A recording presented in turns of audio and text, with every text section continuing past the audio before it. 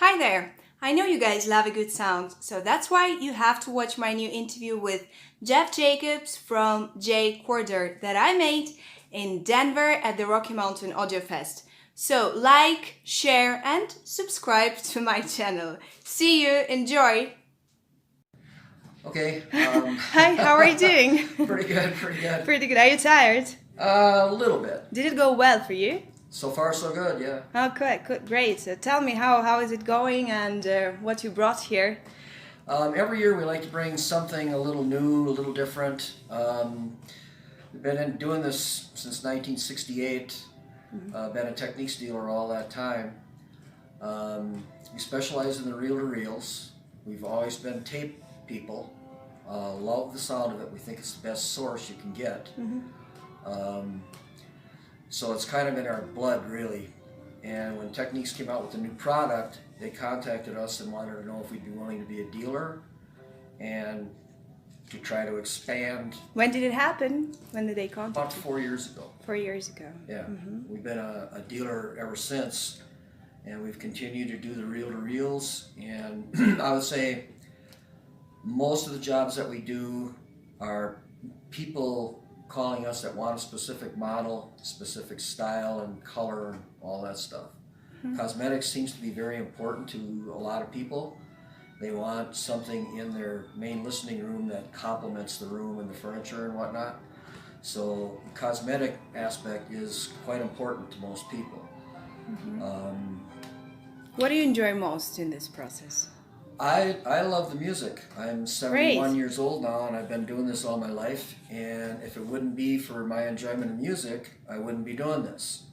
When did it start? Like all this story? I started. How old were you? How old was I? I was probably, let's see, I was 21 when it started. What happened? We had the retail store in Green Bay, Wisconsin for the longest time. And then I left Green Bay. I had a little store in Casper, Wyoming for a while. And then when Techniques quit making the products, I stopped.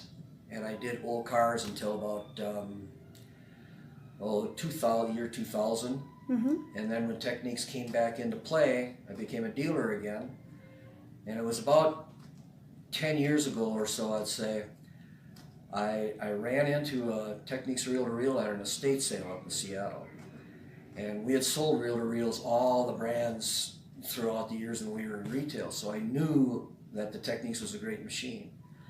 And at the time, there wasn't a whole lot of companies showing reel-to-reels at the shows. I never really gave it a second thought. I bought the machine for $300, cleaned it up, bought a brand new tape, and when I first listened to it, I realized how much I missed the sound of analog. So listening to CDs and digital and all that. And when I got that tape deck done, the analog sound just jumped out at me. And I'd always gone to the consumer shows, especially the one in Las Vegas. A friend of mine was still in the business, and I called him up and said, hey, I'll come down, I'd like to come down to the show. And I got this Techniques reel-to-reel that I could bring it along. And he said, sure. I had no intention of selling this stuff. None. I was down there to see the show and my buddy, and I brought the tape deck. And when I walked out of that show, I had 4 people that wanted me to make them a tape deck. Wow. So I went back to Seattle. I didn't know what to do. I had nothing. I had. But did you like it? Were you happy? What did you feel? I was. I would say I was surprised, and I was a little bit nervous because I didn't have anything. I had that one tape deck. I had no test equipment, no parts. That's nothing. a challenge. It was a challenge, and I thought, well, I'm going to see what I can do. And at the very first, I bought a couple of machines relatively cheap off eBay, and started to fix them up a little bit. And I got them running, but they weren't really, to my satisfaction, a frontline product. So I decided the only way that I can do this is if I take that machine apart and totally put it back together. It was a scary prospect. There's so many parts inside of those things. So I took. How long did it take you, the whole to take it apart and put it together? Yeah.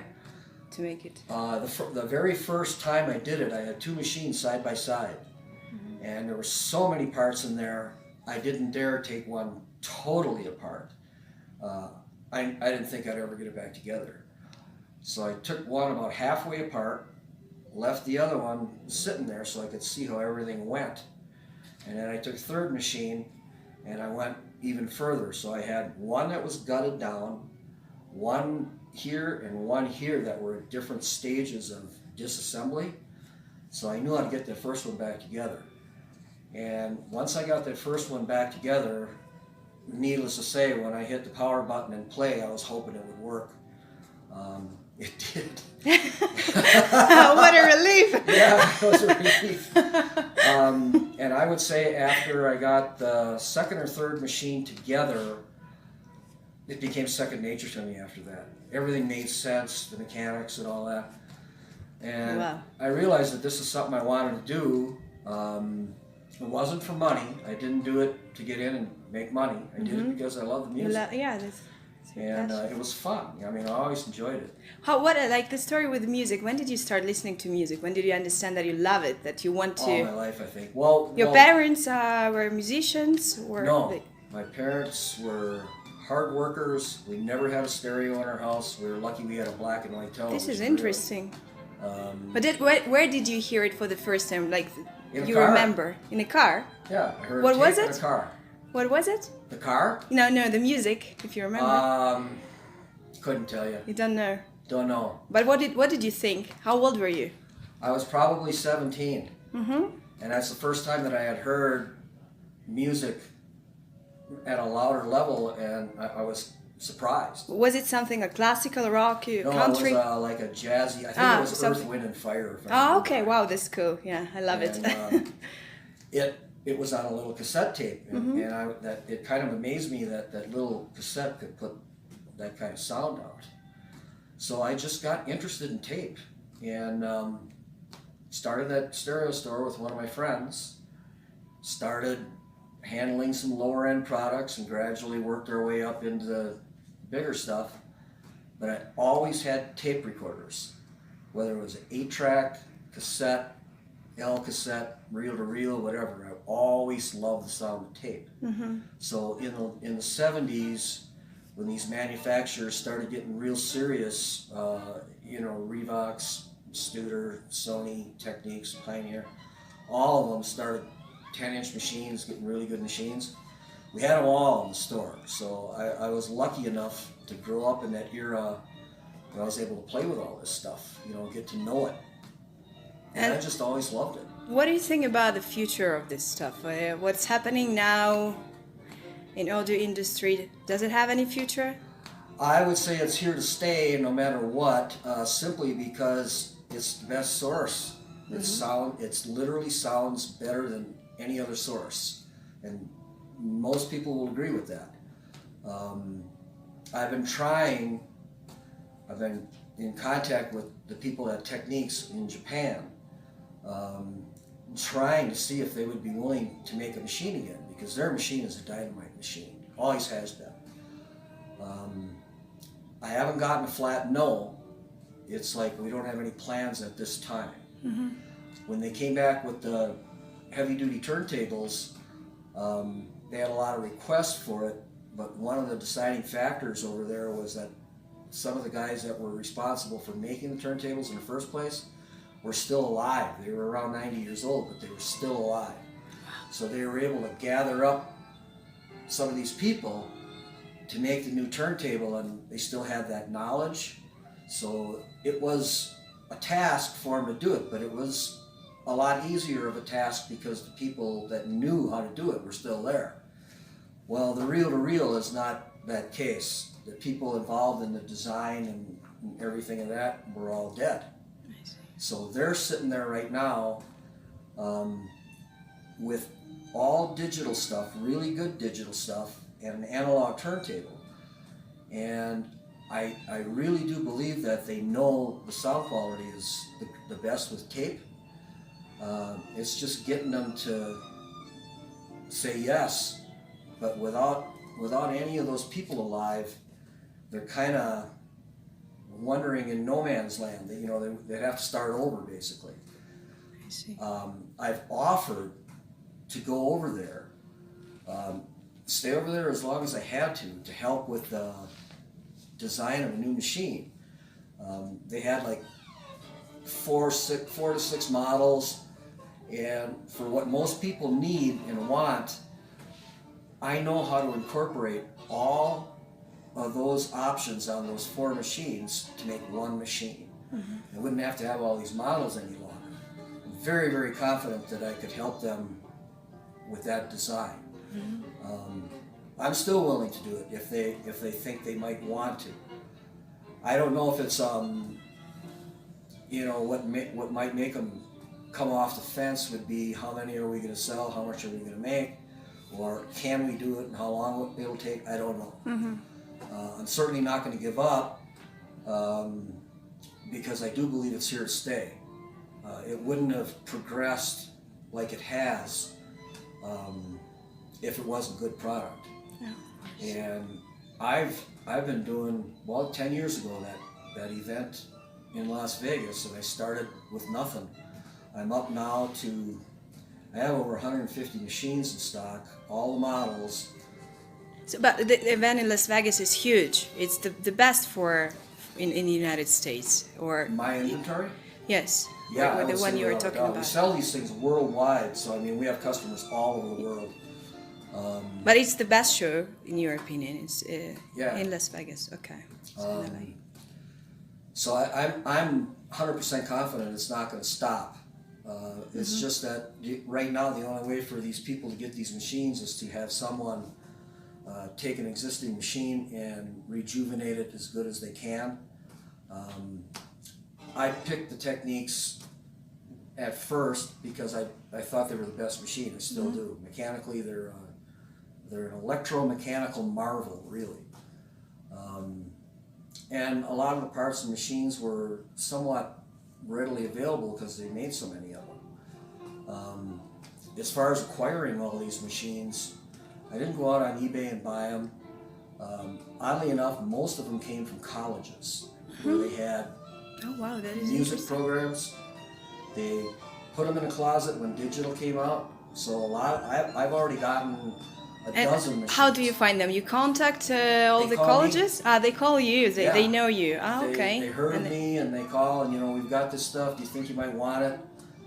We got 12 machines sitting in a closet. If you want to come and get them and give us $1,000, you can have them. Wow. So I started acquiring these things. Several recording studios that went all digital. I got all their machines. One in Los Angeles. I think I got about 10 of them out of there.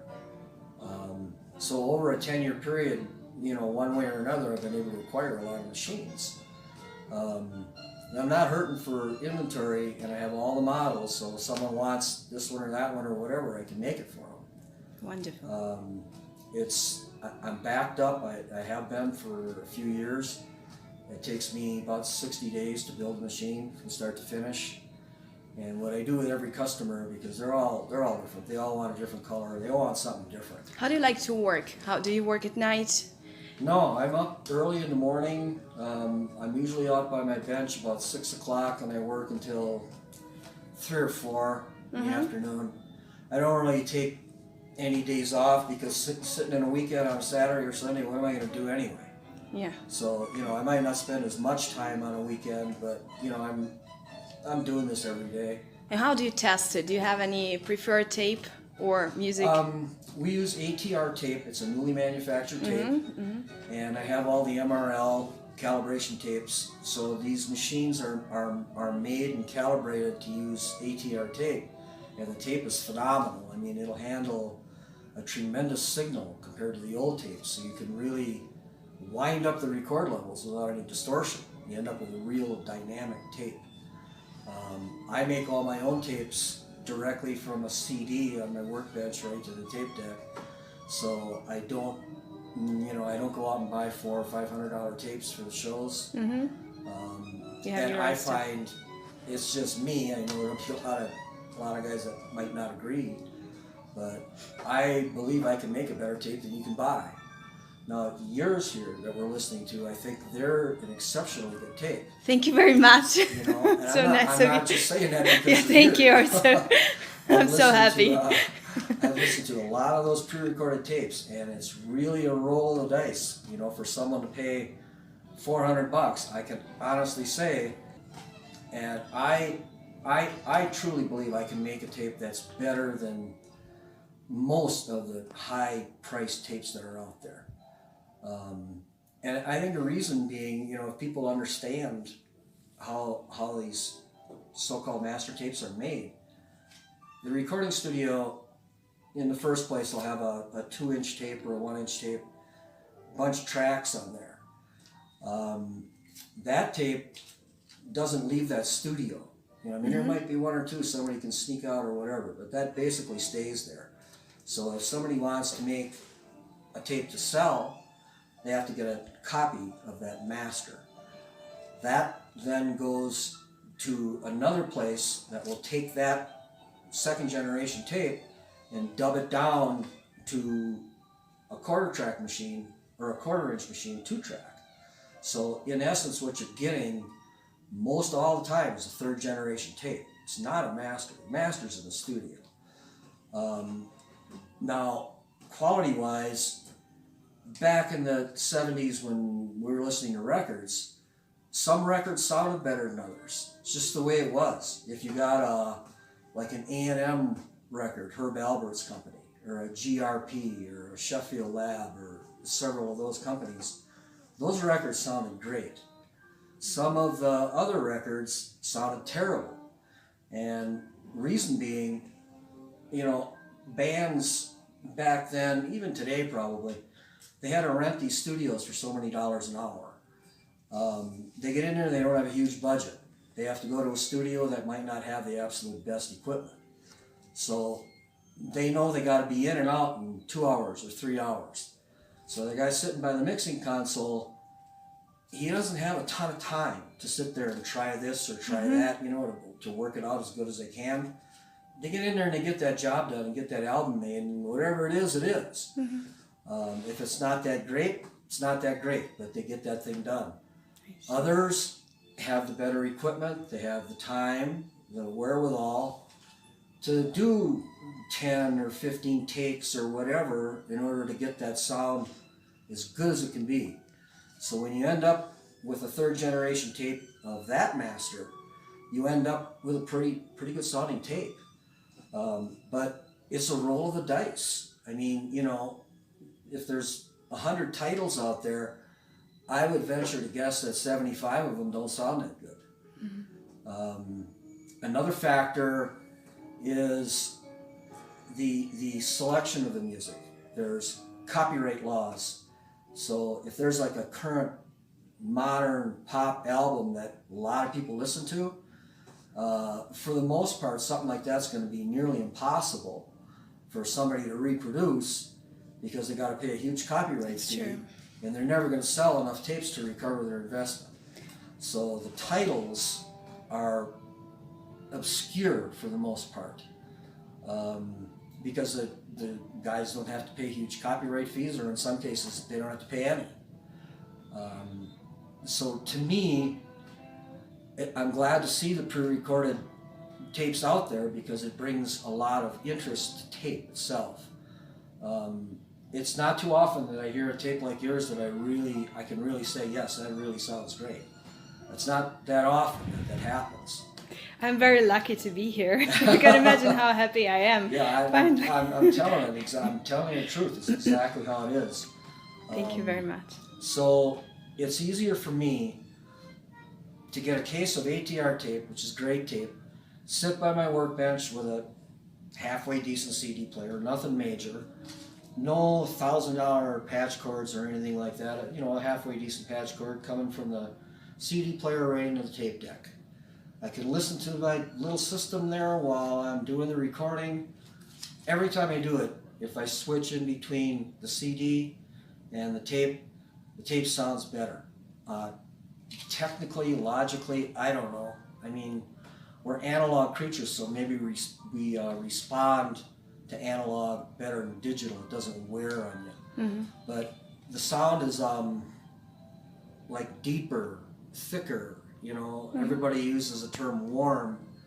Maybe that has something to do with it, but it's a smoother, more natural. I think it's very, it's a very individual feeling. You can't really put it into words. No. I think sometimes you just feel it, or you feel it, or you don't feel it, right? Right, and you can definitely feel that you're listening to something special, something different, and you can listen to it for a long period of time, and you don't get fatigued. You don't start. The high frequency doesn't bite. True. So I agree. I believe that format is here to stay. And you're seeing a lot of different guys now, redoing the machines and whatnot. I do think we were one of the very first ones that started doing it big, full time, I would say. We showed at CES one year, and I think we took like 16 machines down there. And when people would come into the room, we never saw this many reel-to-reels in our life. So it was working for us. And we just kept doing it. And the more, we saw tape coming into the forefront, the better it was for us. There's some people that make these machines that charge $25,000-$30,000 for them. Mm-hmm. I wholeheartedly believe that our machine sounds as good or better and works as good or better, and definitely has, at least as good a sound or better than most. So I'm very confident with the Techniques machine that it'll hold its own with almost any of them. And we can sell them for about half the cost of what other guys sell them for. Mm-hmm. So business for us is, I don't want to say it's, real easy to come by, but it's not hard to come by either. We get contacted all the time, from people all over the world. And a lot of it is word of mouth. We have a fair amount of machines in Australia. And I'm sure we sell a machine to somebody and their friend comes over. Oh, I like that. I like the looks of it. It takes time, but it works this way. Yeah, I know. It works. They look at our website and they can see all these different colored machines and all these different options, and it's like going and buying a new car almost. Yeah, that's true. You want a black one or a red one, or you want this interior or that, or these options or whatever. So it's pretty flexible for the customer. And we have a lot of different options, not just colors, but, mechanical options that make the machines better. You can get a lot of gold-plated stuff. You can basically get whatever you want to suit your decor in your listening room. And that's made it, fairly nice for people to buy. They like the ability to do that. So I don't know. The other factor really is I love doing it. That's important. If I didn't really love making these machines, I wouldn't do it either. I don't want to say I don't care if we make any money. Obviously, you want to make some, but like I said before, I'm not in it to make $1 million on this stuff or whatever. Mm-hmm. I really feel good when I'm done with the machine and it goes to Australia or wherever. Because I really think that I'm bringing something to somebody where they can really enjoy the music. And that's what I do. I really enjoy the music. So I feel as though I'm contributing a little bit somehow anyway. And when do you go next? What is your next show? We only do this one a year. That's all we have been doing. We do it in conjunction with Techniques. Mm-hmm. It's easier for us. Techniques will bring some of the equipment. Yeah, it's always easier with someone, right? It's to have. We complement each other, but in the past, like when we took 16 machines to Las Vegas, I had to take a truck, a great big trailer, go through mountain passes in the winter. It was a task. I can imagine. So now, like for these shows here, I can load up my Murano and it's packed, to get our stuff in here. But it's a nice, comfortable drive, and I'm not towing around a great big trailer. Mm-hmm. So, like for us to do a ton of shows, we don't. I don't think we have to, actually. You know, if we keep ourselves out for one show a year, meet a lot of our friends and people we made machines for, that's really good enough. Okay. I think the CES shows at the outset were good because they kind of put us on the map. You know, you get people out, you know, writers and guys all over the world at that show, and a lot of them that came in and saw, wow, you know, somebody's doing this or whatever. We get articles in different magazines all over the joint, and it helped. It put our name out there. But after, I think we did like 3 years in a row down there, and after that, we looked at that show as an enormous expense. We didn't think that it was worth it. You know, the money we had to spend, the effort we had to put into it, it just wasn't getting us the result that the first few did. So we stopped. And then it was, I don't know, 2-3 years before we decided to go to another show. And it was in Southern California, Newport Beach. And the only reason why we wanted to go to the show, but I had some friends down there I hadn't seen in a long time, and some customers that we had done machines for. So it was a chance to go down there and meet a lot of people, customers and friends, and do this show. And we did that one for a couple of years, and it was okay. Not a great show, but it was a good show. And it was relatively easy to get in and out, which is a big problem, you know, for, you know, exhibitors. You got a truckload of stuff. It can be a major problem. I know, it's tough. I know, I've been there too. It's very tough.